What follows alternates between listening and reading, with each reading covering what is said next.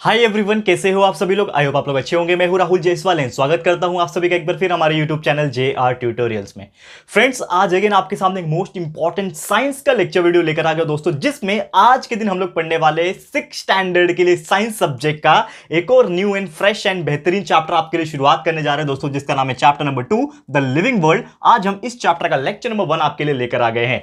तो दोस्तों आपको याद दिला दूं कि जस्ट इसके पहले का जो चैप्टर था, हमारा पहला चैप्टर, उसको हमने एक ही वीडियो के अंदर कंप्लीट किया था। वन शॉट वीडियो था वो, जिसमें लगभग हमने पूरा का पूरा चैप्टर, कुछ 40 मिनट्स का कुछ आई गेस वीडियो था, हमारा पहला ऐसा वीडियो जिसमें हमने टोटल चैप्टर एक ही वीडियो में कंप्लीट कर दिया। तो हम लोग इस वीडियो को भी, यानी इस चैप्टर को भी इसी प्रकार करने वाले थे, बट हमने चेक किया कि चैप्टर थोड़ा सा ज्यादा बड़ा है कंपैरेटिवली, तो इसके लिए हमने इस चैप्टर को 2 पार्ट में डिवाइड किया है। यानी कि आज आपको लेक्चर नंबर 1 देखने मिलेगा, जिसमें मोर देन हाफ जो कंटेंट रहेंगे इस चैप्टर के वो हम लोग कंप्लीट कर देंगे, और फिर एक और लेक्चर लेकर आ जाऊंगा, लेक्चर नंबर 2 इस चैप्टर का, जिसमें हम पूरा का पूरा चैप्टर कंप्लीट करेंगे। तो आप लोग को हर चीज बेस्ट मिलने वाला है, तो वीडियो को बस आप देखते रहिए, ध्यान से देखना, इंपॉर्टेंट वीडियो है तो एंड तक जरूर से देख लेना, हर एक डाउट्स आपके क्लियर हो जाएंगे। एंड साथ ही में बाकी जो स्टैंडर्ड के स्टूडेंट्स है, बाकी जो सब्जेक्ट्स है, वो सब के सब हमारे प्लेलिस्ट में अवेलेबल है।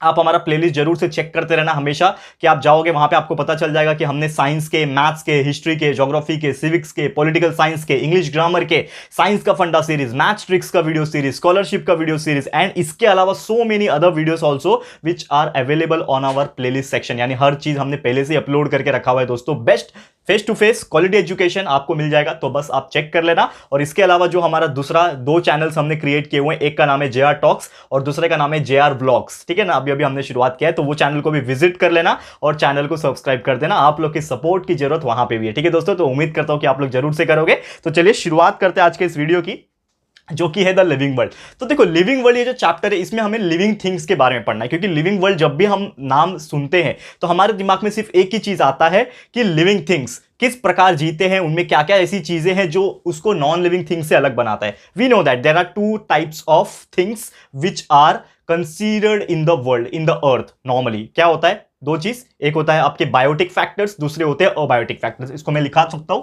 ठीक है। एक होते हैं बायोटिक फैक्टर्स, ठीक है, एक होते हैं बायोटिक फैक्टर्स एंड दूसरा होता है दोस्तों अबायोटिक फैक्टर्स। अब ये दोनों मतलब क्या होता है, बायोटिक फैक्टर्स में क्या क्या चीजें आ जाती है, जितने भी लिविंग थिंग्स होते हैं, जैसे कि जितने भी टाइप के प्लांट्स होंगे और जितने भी टाइप के एनिमल्स होंगे, यही 2 चीज प्रेजेंट है ना दुनिया में, प्लांट्स और एनिमल्स ही प्रेजेंट है।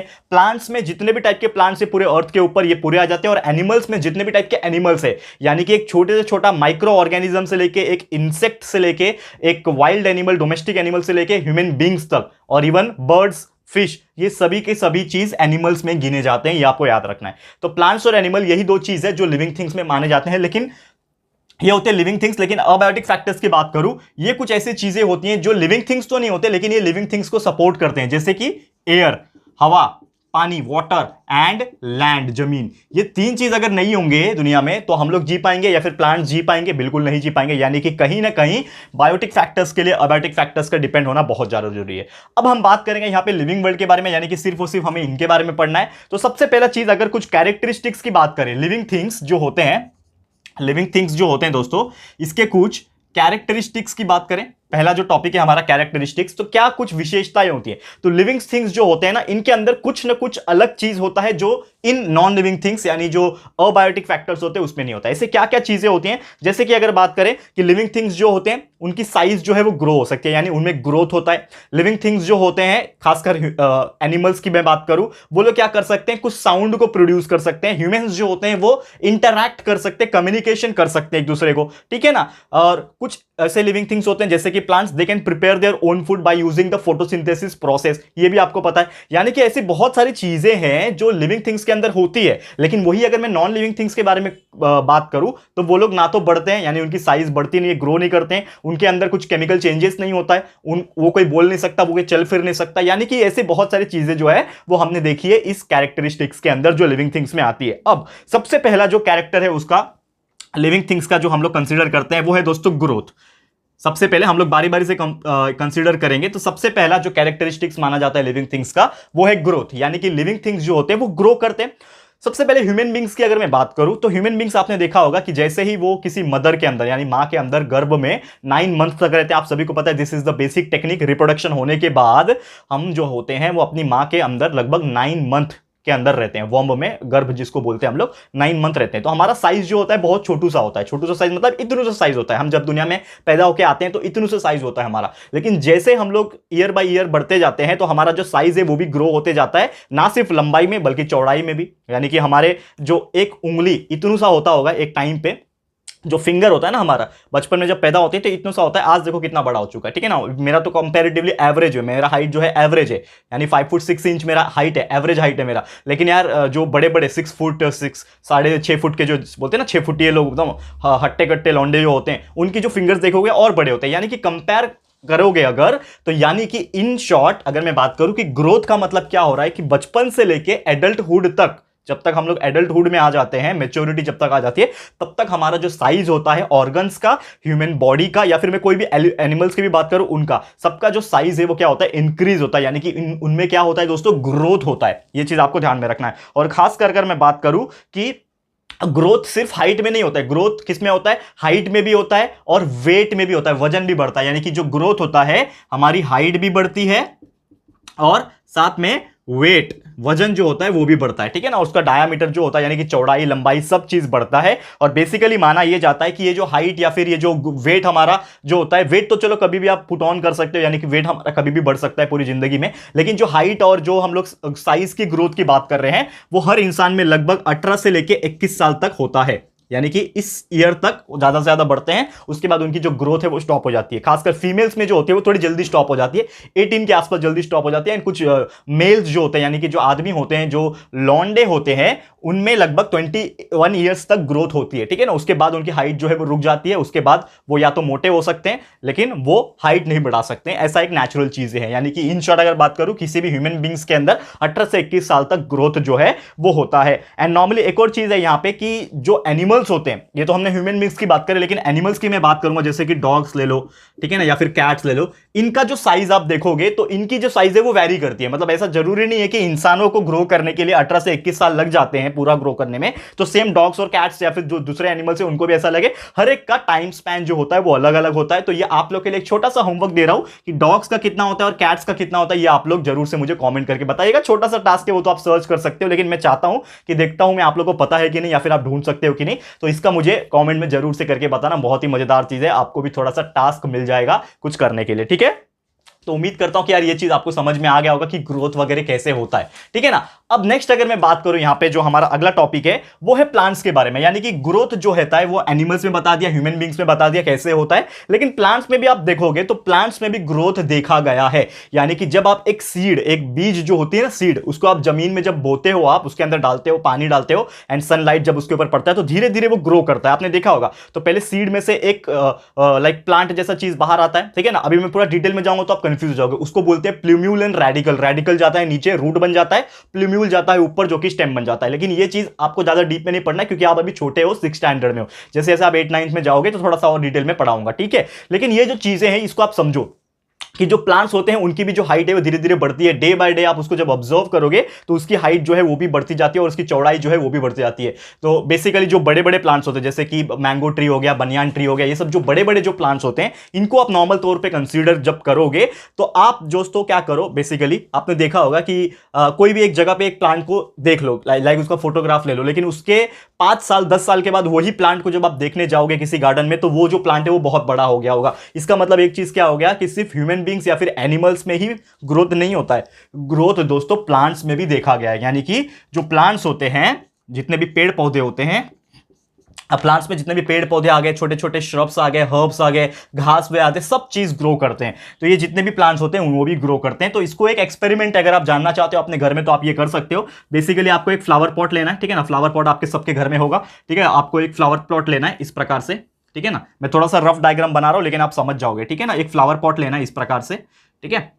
और उसमें क्या करना है, समझ लो आपने एक पेड़ उगाया है, ठीक है ना। समझ लो आपने क्या किया है, एक पेड़ उगाया है, ठीक है। इसको मैं थोड़ा सा रफ कर लेता हूं।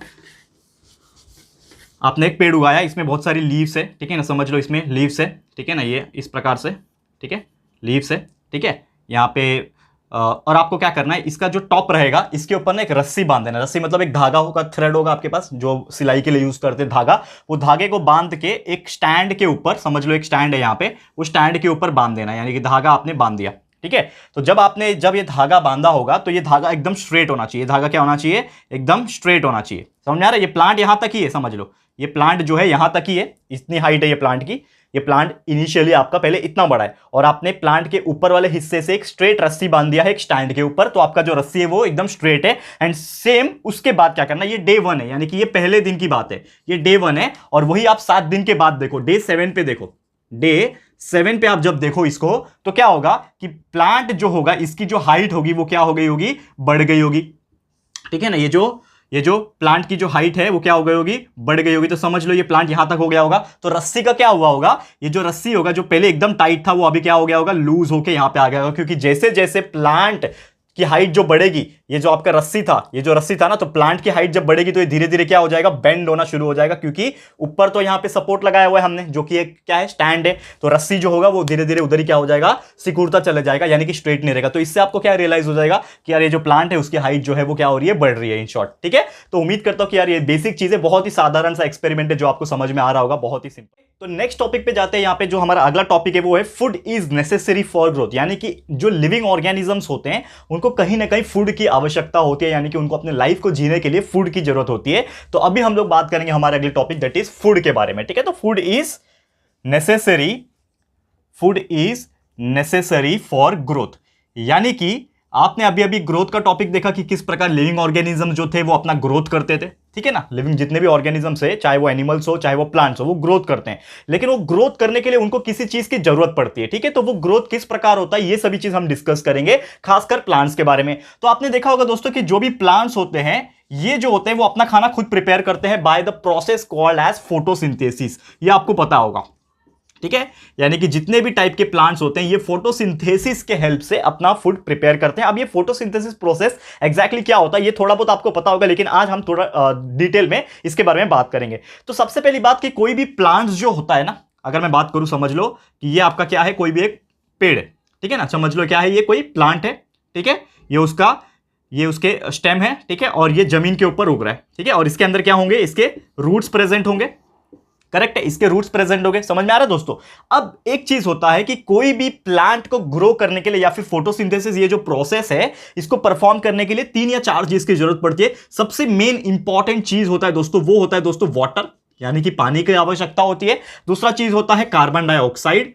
तीसरा चीज होता है आप लोग का क्लोरोफिल पिगमेंट, जो कि लीव्स के अंदर पहले से ही प्रेजेंट होता है। मैं आपको बता दूंगा हर चीज। ठीक है। तो ये कुछ ऐसी चीजें हैं दोस्तों जिसकी जरूरत इन सबको पड़ती है। अब मुद्दे की बात यह है, होता क्या है फोटोसिंथेसिस प्रोसेस में? एग्जैक्टली होता क्या है? तो सबसे पहले क्या होता है कि ये जो रूट्स होते हैं ये क्या करते हैं? पानी को एब्जॉर्ब करते हैं। ये जो वाटर होता है इसको एब्जॉर्ब करते हैं। अब सवाल ये उठता है कि वाटर आएगा कहां से? तो आप सभी को पता है दोस्तों कि हर साल एटलीस्ट 3 to 4 मंथ्स के आसपास बारिश जो है वो होती है, यानी रेनी सीजन आता है। तो रेनी सीजन जो आता है उसके वजह से जितने भी ग्राउंड्स होते हैं, जितने भी सॉइल्स होते हैं, उसमें जो पानी होता है वो ट्रैप होकर नीचे चले जाता है। ठीक है। ये एक फैक्टर हुआ। दूसरा फैक्टर ये भी होता है कि हम ह्यूमन बींग्स क्या करते हैं? पानी को डालते भी है। जहां पे हम लोग को प्लांट्स दिखता है या फिर हम खुद अगर ग्रो करते हैं प्लांट्स को, तो हम क्या करते हैं? पानी उसमें डालते हैं, वाटरिंग करते हैं उसको। ये तो आपको सबको पता होगा। लेकिन मेन जो तरीका होता है वो नेचुरल तरीका होता है, जो रिसाइकलिंग होता रहता है, और रेनी सीजन की वजह से, रेन की वजह से ये सब चीज होता रहता है। क्लियर है? ये बहुत ही सिंपल सा फंडा है इसका।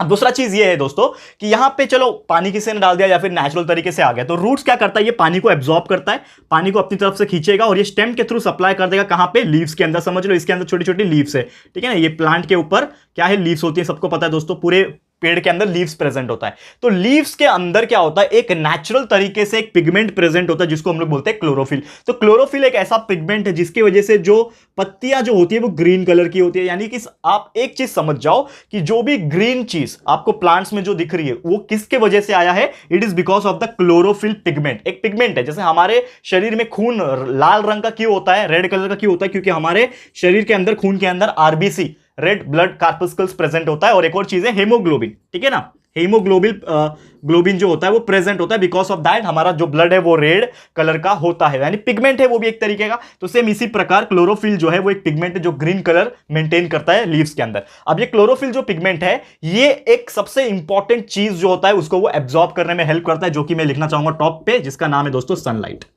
सनलाइट के बिना कोई भी प्लांट जो होगा वो अपना फूड प्रिपेयर नहीं कर पाएगा, यानी फोटोसिंथेसिस प्रोसेस को परफॉर्म नहीं कर पाएगा। ठीक है। होता क्या है, जैसे इसने रूट्स में से पानी को एब्जॉर्ब किया, पानी चला गया लीव्स के पास। अब लीव्स के पास पानी जब चला जाता है तो क्लोरोफिल वो टाइम पे क्या करता है, सनलाइट को एब्जॉर्ब कर देता है और साथ ही में एक और चीज को एब्जॉर्ब करता है, सनलाइट करेगा और कार्बन डाइऑक्साइड, जो कि हमारे एटमॉस्फेयर में, हमारे वातावरण में ऑक्सीजन के साथ साथ कार्बन डाइऑक्साइड प्रेजेंट है, ये हमने बताया था आप लोग को। तो वो कार्बन डाइऑक्साइड को ले लेगा, यानी कि अब क्या आ गया उसके पास, यानी कि प्लांट्स के अंदर, लीव्स के अंदर क्या आ गया, कार्बन डाइऑक्साइड हो गया और साथ में पानी आ गया, यानी H2O आ गया। अब ये दोनों क्या करते हैं, रिएक्ट करते हैं, ये कार्बन डाइऑक्साइड और पानी सनलाइट और क्लोरोफिल के प्रेजेंस में, वहां पे प्रेजेंट होता है लीव्स के अंदर, उसके प्रेजेंस में ये दोनों केमिकल्स आपस में रिएक्ट करते हैं, जिसके वजह से क्या बनता है दोस्तों, ग्लूकोज बनता है, C6H12O6। ये जो है ग्लूकोज बनता है। ग्लूकोज यानी कि एक तरीके से फूड प्रोडक्ट समझ लो, प्लांट्स जो है वो ग्लूकोज के फॉर्म में एनर्जी को तैयार करता है। और एटीपी, एडिनोसाइन ट्राइफॉस्फेट, ये जो कि बहुत हाई लेवल का मैं बोल रहा हूं, यहां पे लगभग 10th का लेवल का बोल रहा हूं, लेकिन आप लोग अभी फिलहाल में याद रखो एटीपी के फॉर्म पे एनर्जी जो है वो इसमें निकलती है। क्लियर है, इतना आपको याद रखना है। समझ में आ रहा है दोस्तों? तो उम्मीद करता हूं कि ये चीज आपको बहुत ही अच्छे से समझ में आ गया। बहुत ही बेसिक तरीका दिया हुआ है, बेसिक चीज दिया हुआ है आपके इस पूरे के पूरे चैप्टर के अंदर, लेकिन मैं थोड़ा सा हाई लेवल का भी बताने की कोशिश कर रहा हूं ताकि आपको हर चीज जो है पता चल जाएगा। क्लियर है? तो उम्मीद करता हूं कि यार आपको ये चीज भी बहुत अच्छे से समझ में आ गया होगा। नेक्स्ट अगर मैं बात करूं दोस्तों कि चलो, अगर मैं बात कर रहा था प्लांट्स की, तो प्लांट्स में क्या प्रेजेंट है, क्लोरोफिल पिगमेंट प्रेजेंट है, यानी कि उसके हेल्प से प्लांट्स खुद ही के अंदर खुद ही फूड को प्रिपेयर कर पाता है, यानी कि ग्लूकोज खुद ही बना पा रहा है, एनर्जी खुद के अंदर खुद ही बना पा रहा है। ठीक है, लेकिन सवाल यह उठता है कि क्या ऐसे एनिमल्स, क्या ऐसे ह्यूमन बींग्स जो होंगे वो भी अपना फूड प्रिपेयर कर पाएंगे? नहीं कर पाएंगे। यानी कि उनके अंदर पहली बात तो क्या होता है कि ये जो क्लोरोफिल पिगमेंट है वो प्रेजेंट नहीं है, क्लोरोफिल पिगमेंट इसके अंदर प्रेजेंट नहीं होता है। इसके लिए जो फूड प्रिपरेशन टेक्निक होता है या फिर फूड को लेने का, एनर्जी को लेने का जो टेक्निक होता है एनिमल्स के अंदर, वो काफी ज्यादा जो होता है वो डिफरेंट होता है। तो क्या कर सकते हैं, कैसे करेंगे, इसके लिए हम लोग को जाना होगा अगले टॉपिक पे, जो एनिमल्स की जो बात है। तो आप सभी को पता है कि एनिमल्स जो होते हैं ये कभी भी फूड के लिए किसी और के ऊपर डिपेंड होते हैं, किसी और के ऊपर डिपेंड होते हैं। अब एनिमल्स जो होते हैं वो कौन से एनिमल्स होते हैं, चाहे ह्यूमन बींग्स हो, चाहे वो एक छोटा सा एक कीड़ा हो, चाहे वो एक डोमेस्टिक एनिमल हो, चाहे वो एक लाइक वाइल्ड एनिमल हो। तो इसके लिए क्या होता है, एक फूड का साइकिल है जिसको फूड चेन बोलते हैं। जैसे कि प्लांट्स चलो खुद से फूड प्रिपेयर कर सकते हैं, ये सब चीज के हेल्प से, जो नेचर से मिलता है उसके हेल्प से प्लांट्स ने अपना फूड प्रिपरेशन कर लिया, चलो ये हमने एग्री कर लिया। अब प्लांट्स के अंदर एनर्जी आ गया, प्लांट्स बड़े हो रहे हैं, उनको वो हेल्दी प्लांट्स है। अब प्लांट्स को भी कुछ एनिमल्स खाते हैं, जैसे कि कुछ कीड़े मकोड़े होते हैं, ग्रास हॉपर्स होते हैं, ठीक है ना, कुछ काऊ हो गए, बफेलो हो गए, ये घास वगैरह को खाते हैं, ठीक है, उनके पास क्या आ गया, एनर्जी आ गया। ठीक है, तो ऐसे बहुत सारी चीज जो होते हैं उनके पास जब एनर्जी आ गया, तो कुछ दूसरे जानवर होंगे जो उनको मार के खाते हैं, जैसे कि वाइल्ड एनिमल, लायन, टाइगर, ये सब जो होते हैं वो उनको मार के खाते हैं। तो एनर्जी जो है वो ट्रांसफर होती रहती है, यानी कि प्लांट्स के पास एनर्जी आया with the help of sunlight, carbon dioxide, water and chlorophyll. उसको किसने खाया, किसी नॉर्मल से हर्बीवरस एनिमल ने, यानी कि जो घास फूस खाने वाले एनिमल है, पेड़ पौधे खाने वाले एनिमल है, उनने खाया। फिर उसको कौन खाएगा, कार्निवरस एनिमल, यानी कि वाइल्ड एनिमल, लायन, टाइगर जैसे होते हैं। ठीक है, अब वो उनको तो कोई खा नहीं पाएगा, लायन टाइगर जो होते हैं बड़े एनिमल्स होते हैं और वो बहुत लाइक वाइल्ड होते हैं, तो उनको कोई खा नहीं पाएगा, लेकिन नेचुरल डेथ हो जाएगा। ये हो गया एनिमल्स की बात। तो जितने भी एनिमल्स होते हैं कहीं ना कहीं एक दूसरे के ऊपर डिपेंड होता है। सांप जो होता है वो फ्रॉग को मार के खाता है, फ्रॉग जो होता है वो कीड़े को मार के खाता है, ठीक है ना, और कीड़ा जो होता है वो घास फूस खाता है या फिर छोटे छोटे माइक्रो ऑर्गेनिज्म को खाता है। तो कहीं ना कहीं हर चीज एक दूसरे के ऊपर डिपेंडेंट है, ठीक है ना। फिर फ्रॉग को कौन खाएगा, सांप खाएगा, सांप को कौन खाएगा, ईगल खा लेगी, ठीक है ना। तो ये पूरा का पूरा जो है एक दूसरे के ऊपर डिपेंडेंट होते हैं। तो यही पूरा सिलसिला चलता रहता है, because human beings and animals जितने भी होते हैं they can't prepare their own food because they don't have chlorophyll pigment, ठीक है ना। क्लोरोफिल पिगमेंट उनके पास नहीं है, तो उनको किसी और के ऊपर डिपेंड होना ही पड़ेगा। और दूसरा चीज ये है, अगर मैं ह्यूमन बींग्स की बात करूं तो एक ह्यूमन बींग्स ही ऐसे एनिमल है जो अपना खाना क्या कर सकते हैं, कुक कर सकते हैं। कोई एनिमल के पास ऐसा गुण नहीं है, हमने ये सीख लिया क्योंकि हमारे पास दिमाग ज्यादा था, तो हमने ये चीज सीख लिया कि हम दूसरे जानवर को भी मार के खा सकते हैं, किसी प्लांट्स को भी खा सकते हैं, यानी कि हम ओमनीवरस है। ओमनीवरस का मतलब क्या होता है, हर चीज खा पाना।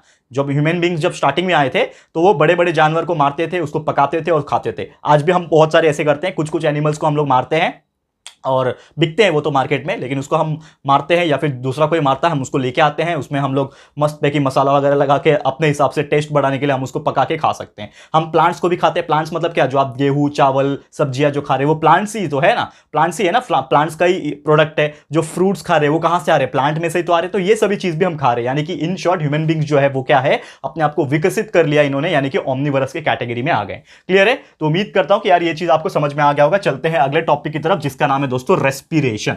ठीक है, अगला टॉपिक है रेस्पिरेशन। देखते हैं कि रेस्पिरेशन क्या होता है एंड इसके बारे में थोड़ा सा ज्यादा डिटेल में जानने की कोशिश करेंगे। ओके, थोड़ा सा ध्यान से देखना, शायद ये जो टॉपिक है आपने बहुत पहले सुना भी होगा, लेकिन अगर नहीं सुना है तो डेफिनेटली आपको कोई टेंशन लेने की जरूरत नहीं है। रेस्पिरेशन, ठीक है, ये रेस्पिरेशन का मतलब होता है, ये सबसे इंपॉर्टेंट प्रोसेस है हमारे ह्यूमन बॉडी के अंदर। क्या होता है रेस्पिरेशन? यही है रेस्पिरेशन, यानी कि मैंने क्या किया, अभी मैंने ऑक्सीजन को अंदर लिया और कार्बन डाइऑक्साइड को बाहर छोड़ दिया। इसी प्रोसेस को बोलते हैं दोस्तों रेस्पिरेशन। लेकिन ये रेस्पिरेशन का मतलब सिर्फ इतना नहीं होता, इसके अंदर बहुत सारे प्रोसेस है।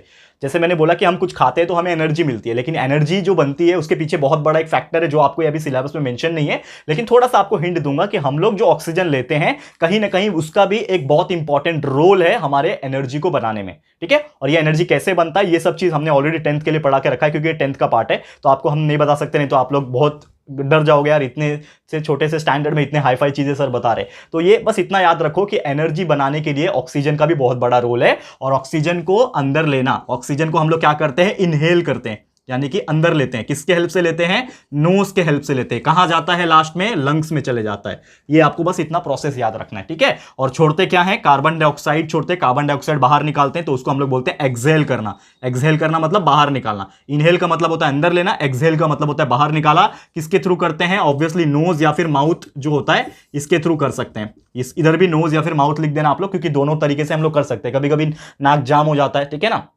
सर्दी वगैरह में, तो हम लोग माउथ से भी ले सकते हैं, क्योंकि दोनों एक दूसरे से इंटरकनेक्टेड है। तो नोज या फिर माउथ, और इन शॉर्ट वो आता कहां से है? लंग्स से आता है, ठीक है ना। लंग्स के थ्रू जो है कार्बन डाइऑक्साइड उसको हम लोग बाहर निकालते हैं। तो यही प्रोसेस जो होता है वो रेस्पिरेशन होता है, यानी कि taking of the oxygen inside and the removing the carbon dioxide outside, that is the process we called as the respiration. Clear है? तो उम्मीद करता हूं कि आपको ये चीज समझ में आ गया होगा। तो ये हमने बात किया ह्यूमन बींग्स में। तो क्या सब में ऐसा होता है कि यस, जितने भी टाइप के एनिमल्स होते हैं, टेरेस्ट्रियल एनिमल, टेरेस्ट्रियल मतलब क्या होता है? जितने भी जमीन पे रहने वाले एनिमल है, जितने भी जमीन पे रहने वाले जानवर जो है, जिसको टेरेस्ट्रियल एनिमल्स कहते हैं। जैसे कि आपके जितने भी डोमेस्टिक एनिमल ले लो, काऊ, बफेलो, डॉग, कैट, फिर वाइल्ड एनिमल, लायन, टाइगर, चीता, लेपर्ड, हाथी, जितने भी है, ह्यूमन बींग्स ले लो, ये जितने भी चीजें मैंने बोला, चाहे बर्ड्स हो, ये सब के पास क्या होते हैं? कहीं ना कहीं लंग्स प्रेजेंट होता है, जिसके हेल्प से वो ऑक्सीजन ले पाते हैं और कार्बन डाइऑक्साइड को बाहर निकाल पाते हैं। लेकिन इसके अलावा भी कुछ ऐसे एनिमल्स होते हैं जो एक्वेटिक होते हैं। एक्वेटिक मतलब क्या होते हैं दोस्तों?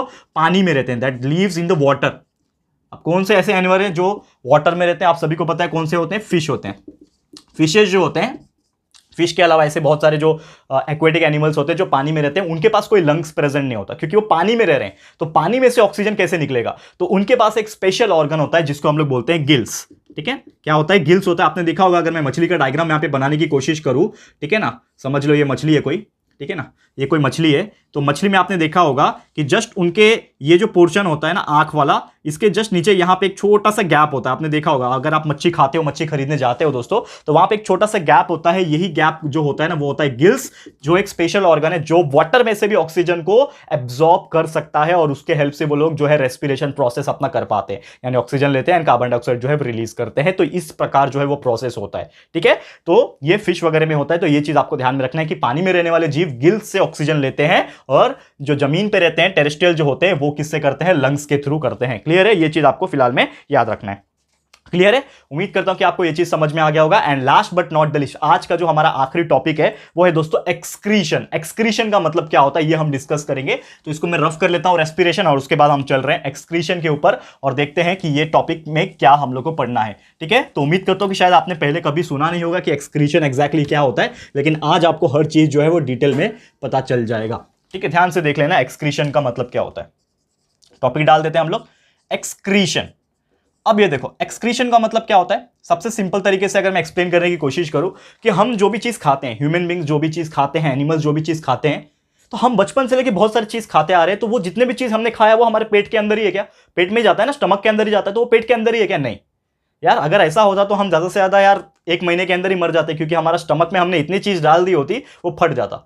ऐसा पॉसिबल है क्या? नहीं पॉसिबल है। यानी कि कुछ तो ऐसा सिस्टम हो रहा होगा हमारे शरीर के अंदर जिसके हेल्प से जो हम खा रहे हैं वो डाइजेस्ट हो रहा है और वो रिमूव भी हो रहा है हमारे शरीर के बाहर, ठीक है ना। सुबह सुबह हम लोग रोज जाते हैं ना वॉशरूम करने के लिए, तो that is nothing but the excretion. यानी कि जो भी हम खाते हैं, जो भी हम पीते हैं, वो क्या होता है? वो डाइजेस्ट होता है। सबसे पहले हमारे स्टमक के अंदर, हमारे पेट के अंदर वो चीज क्या होती है, डाइजेस्ट होती है, यानी कि खाना जो होता है वो पच जाता है, डाइजेशन प्रोसेस होता है। एंड डाइजेशन प्रोसेस होने के बाद वो जो चीजें जो होती है जो हमारे लिए काम की नहीं है, अब डाइजेशन होने के बाद जो काम की है उसको तो एब्जॉर्ब कर लेते हैं, उसको बोलते हैं हम लोग एब्जॉर्प्शन, एसिमिलेशन, ये सब आप आगे पढ़ोगे फ्यूचर स्टैंडर्ड में। लेकिन फिलहाल के तौर पे इतना याद रखो कि खाना पचने के बाद जो वेस्ट चीज है, यानी कि जो कचरा है, जो वेस्ट चीज है, वो क्या होता है, पूरा पूरा पूरा फिल्टर होने के बाद वो हमारे बॉडी से जो है वो बाहर निकल जाता है, यानी आउट हो जाता है। और किसके थ्रू निकलता है आपको पता ही, हमारे शरीर में होता है स्मॉल इंटेस्टाइन, ठीक है ना, स्मॉल इंटेस्टाइन, फिर वो उसके बाद चले जाता है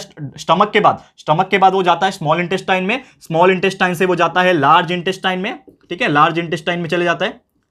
एंड उसके बाद कहां चले जाएगा, लार्ज इंटेस्टाइन से जो हमारा आखिरी का पार्ट होता है जिसको हम लोग बोलते हैं एनस, एनस जो हमारा आखिरी पार्ट है, उसके थ्रू जो हमारा वेस्ट प्रोडक्ट जो हम लोग बोलते हैं ना, उसको हम लोग निकाल देते हैं रोज सुबह सुबह वॉशरूम में, तो वही होता है हमारा वेस्ट प्रोडक्ट, ठीक है। और उसके अलावा जो फिल्टर होता है, जो किडनी हमारा फिल्टर करता है, फिल्ट्रेशन का काम करता है, तो उसके थ्रू जितने भी वाटरी सब्सटेंस होते हैं ना, लिक्विड जो होता है ना, वो लिक्विड जो है, हार्मफुल लिक्विड जो है हमारे शरीर से बाहर निकल जाता है, तो वो हम लोग उसको लिक्विड के तौर पर बाहर निकालते हैं, जिसको यूरिन बोलते हैं। जो हम लोग टॉयलेट जाते हैं ना, दैट इज द यूरिन, तो यूरिन हम बाहर निकालते हैं। और जो फीकल मैटर होता है, फीकल मैटर यानी कि सॉलिड वेस्ट जो हम लोग बाहर निकालते हैं वॉशरूम में, वो अलग चीज है। तो दो अलग अलग चीज हमें क्या करते हैं, एक्सक्रीट करते हैं, जिसके हेल्प से जो हमने खाया, पचाया और जो वेस्ट हो गया उसको हमने बाहर निकाल दिया। तो इस प्रकार हमारा जो शरीर है वो एक मशीन जैसा काम करता है, जो खा रहे हैं वो पचा रहे हैं और उसको बाहर निकाल रहे हैं, जो काम का नहीं है हमारे लिए। और यही प्रोसेस को हम लोग क्या बोलते हैं, एक्सक्रीशन बोलते हैं। क्लियर है? तो उम्मीद करता हूं कि यार ये चीज आपको समझ में आ गया होगा। तो और एक चीज है कि चलो ये एनिमल्स में होता है, प्लांट्स इसमें ह्यूमन बींग्स में होता है और एनिमल्स में होता है। सेम एनिमल्स में भी ये होता है ना, जो खाते हैं वो पचाते हैं और वो वेस्ट प्रोडक्ट बाहर निकाल देते हैं, ठीक है। लेकिन क्या प्लांट्स में भी एक्सक्रीशन होता है? सवाल ये उठता है कि प्लांट्स जो होगा वो भी क्या अपना वेस्ट प्रोडक्ट निकालते हैं, वो भी क्या वॉशरूम जाता है क्या हमारी तरह? नहीं, प्लांट्स वॉशरूम नहीं जाता है, लेकिन उसके अंदर से कुछ ना कुछ वेस्ट प्रोडक्ट जो है वो जरूर निकलता है। तो आपने देखा होगा कि बहुत सारे प्लांट्स ऐसे होते हैं जिसमें से सैप निकलता है। सैप मतलब एक पानी जैसा चिपचिपा लिक्विड बाहर निकलता है, आपने देखा होगा हर प्लांट्स के अंदर। आपने नोटिस किया होगा ये उसके स्टेम, जो तने होते हैं ना, स्टेम होते हैं ना, जो समझ लो ये स्टेम है, ठीक है ना, ये कोई प्लांट है, इसका जो स्टेम होता है, तो स्टेम में से क्या होता है, कभी कभी लिक्विड जो है बाहर निकलता है। और खासकर जब आप थोड़ा सा भी कट मारो उसको, यानी कि थोड़ा सा भी कट मारो, काटने की कोशिश करो, जैसे आप काटने की कोशिश करोगे तो पूरा चिपचिपा लिक्विड जैसा चीज बाहर, पानी जैसा चीज बाहर निकलेगा, तो उसको ही बोलते हैं सैप। सैप मतलब समझ लो खून। जैसे हमारे शरीर में ब्लड होता है, वैसे समझ लो प्लांट के अंदर सैप होता है, ठीक है ना। वो सैप जो होता है वो उसका वेस्ट प्रोडक्ट होता है, वो बाहर निकल जाता है। इसके अलावा लेटेक्स वगैरह भी बाहर निकलता है, आपको पता ही होगा, ठीक है ना। लेटेक्स होता है वो भी बाहर निकलता है। आपने देखा होगा कि दूध जैसा व्हाइट व्हाइट कलर का बहुत सारे प्लांट्स में से बाहर निकलता है और उसको लिया जाता है और उसी से रबर वगैरह बनाया जाता है। आपने देखा होगा ये रबर जो होते हैं ना, जो बनते हैं हमारे, वो कहां से बनते हैं? ये प्लांट्स के लेटेक्स से ही तो बनते हैं। जो प्लांट्स में से सैप बाहर निकलता है उसको कलेक्ट किया जाता है, कुछ केमिकल्स ऐड करने के बाद फैक्ट्रीज जो होती है, केमिकल फैक्ट्रीज जो होती है, रबर फैक्ट्रीज जो होती है, उसको रबर बनाती है। तो इसी प्रकार हर चीज जो है वो बनता है। क्लियर है दोस्तों? तो उम्मीद करता हूं कि ये चीज आपको समझ में आ गया होगा। तो इसी से आपको एक चीज रियलाइज हुआ कि किस प्रकार एनिमल्स एक्सक्रीशन करते हैं, लेकिन प्लांट्स भी एक्सक्रीशन करते हैं। और इसके अलावा उनका एक और प्रोसेस एक्सक्रीशन का, कि जब भी वक्त आता है तो वो अपने पूरे पत्ते को झाड़ देते हैं। उनके प्लांट्स में से, उनके ट्रीज में से जितने भी पत्ते होते हैं, लीव्स होते हैं, वो निकल जाती हैं, झड़ जाती हैं, फ्रूट्स टूट के निकल जाते हैं, फ्लावर्स गिर जाते हैं। तो ये सब क्या है, उनका एक्सक्रीशन करने का तरीका है। तो ये एक्सक्रीशन प्रोसेस प्लांट्स में भी होता है, ये चीज आपको ध्यान में रखना है। क्लियर है दोस्तों? तो उम्मीद करता हूं कि यार ये चीज आपको बहुत ही आसानी से इजीली समझ में आ गया होगा। तो बस दोस्तों, हमारा आज का जो लेक्चर है दोस्तों, बस इतना ही था। और उम्मीद करता हूं हर चीज आपको बहुत ही अच्छे से क्लियर हो गया होगा। लेकिन आपको यहां पे अभी घबराने की जरूरत नहीं है। लेक्चर नंबर 2 में आपके लिए जल्द से जल्द लेकर आऊंगा, जिसमें हमारे कुछ पार्ट जो है लिविंग वर्ल्ड के बचे हुए हैं, आगे के जो पार्ट है वो सब बचे हुए हैं, तो उसको हम कंप्लीट करेंगे हमारे अगले लेक्चर यानी लेक्चर नंबर 2 में। तो बस आप बने रहो हमारे साथ, जल्दी लेकर आ जाऊंगा आपके लिए लेक्चर नंबर 2। और आपको ये बताना है कि हमारा ये जो लेक्चर है आपका लेक्चर नंबर 1 लिविंग वर्ल्ड का, ये आपको कैसा लगा, ये वीडियो आपको कैसा लगा दोस्तों, प्लीज हमें कमेंट करके बताइएगा, अपनी राय और सजेशन जरूर से दीजिएगा। वीडियो पसंद आया है, अच्छा लगा है दोस्तों, तो प्लीज वीडियो को लाइक कीजिएगा, शेयर जरूर से कर देना यार, अपने सारे फ्रेंड्स एंड रिलेटिव्स को फटाफट से शेयर कर दो। एंड दोस्तों, अगर आपने अभी तक इस चैनल को सब्सक्राइब नहीं किया है तो फटाफट से चैनल को सब्सक्राइब भी कर देना, साथ में एक बेल आइकन होता है उसको भी प्रेस कर देना, ताकि फ्यूचर में हम कोई भी वीडियोस को अपलोड करेंगे तो आप लोग को नोटिफिकेशन मिलती रहेगी। ठीक है फ्रेंड्स, तो मिलते हैं हमारे अगले वीडियो में। ये वीडियो देखने के लिए thank you and good bye.